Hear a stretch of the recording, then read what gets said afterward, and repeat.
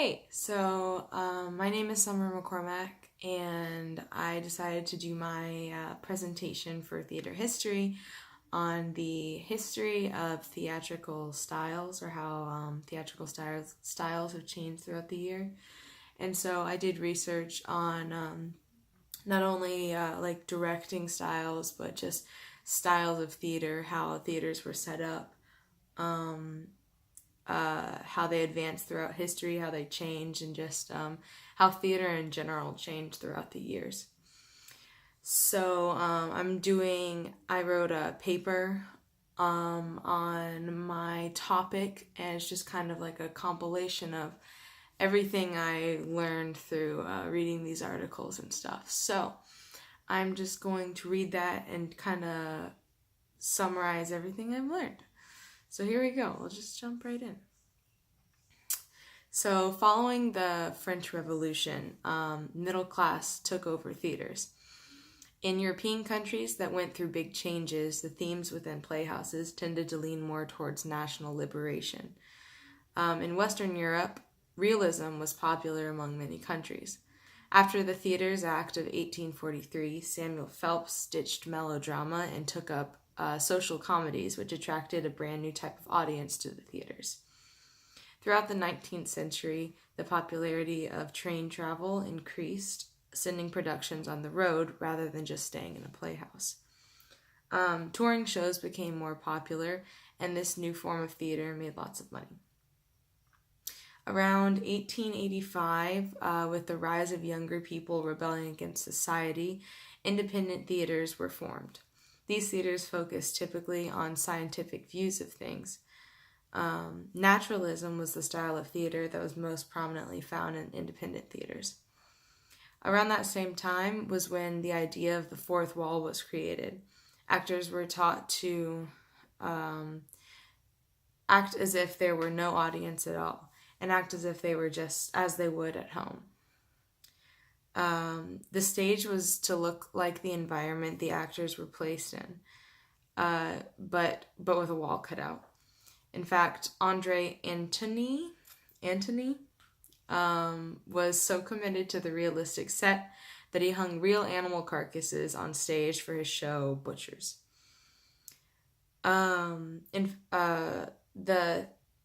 The Theatre Libre, however, did not have a positive reaction towards naturalism.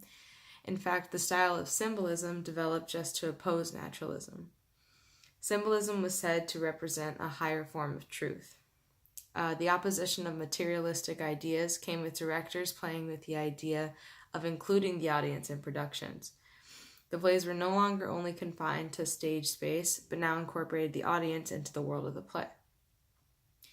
After this came the non-illusionist movement, in which Adolphe Appia and Edward Craig stated that the goal of a production was artistic unity. This unity was meant to include the cooperation of lighting, set, and actors to all work as one. Following this, around 1912, came the incorporation of gymnastic movements and rhythm into shows. Further development of stage equipment was then set into motion upon the realization that electric power had great influence on stage design and production techniques. This development revolutionized the way theaters were run. They were safer and more intricately designed, making for breathtaking shows. It solved many problems in the theater and made things such as scene changes quicker and easier. Around 1890, theater began to use mechanized orchestra pits. During this mechanic uprising, Futurism was founded in Italy and made itself into the Italian theaters. This form of theater was very scandalous in the sense that they would provoke and antagonize the audience by doing things such as putting glue in the seats and making them as uncomfortable as they could. Sometimes they would even sell 2 tickets for 1 seat just to provoke fights within the audience. Stanislavski introduced the idea of internal transformation of actors in addition to external transformation. He saw the need for a more complex way of teaching how to internalize a character, and devoted his career to perfecting this method of teaching. In Paris, at the turn of the century, avant-garde theater was declining and transferred to Berlin and then Moscow. In 1930, Jacques Copier argued that the job of the director was to translate the play into poetry, advocating for actors to be the only important part of a production and pushing for bare stage. This barren form of theater really restricted the styles directors could play with, which led to the failure of the theater he tried to open. In the United States, however, stagecraft was thriving. Designers were given more freedom to experiment as Romanticism became more popular of a style for 1920s playhouses.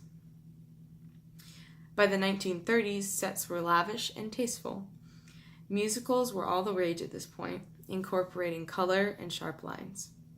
By 1936, contemporary theater made its way to the United States. Contemporary theater sort of draws from many previous styles and teachings of past philosophers and directors. It was a very experimental style. And today we experience many different types of theater as we now have the technological advancements to do so. And all sorts of things that were unimaginable in the past are now possible today. So although we live in an age where people are experimenting with any and every style in theater, we'll continue to grow and develop in new ways to express our views and values on stage. And that is pretty much accumulation of everything I gathered from researching past historic theater styles. I found it really useful as someone who's looking into directing, seeing the way things have changed, what was popular, where it was popular. It's really interesting to see how different countries focus on different styles and theatrical advancements. So yeah, that is my presentation, and thank you for watching.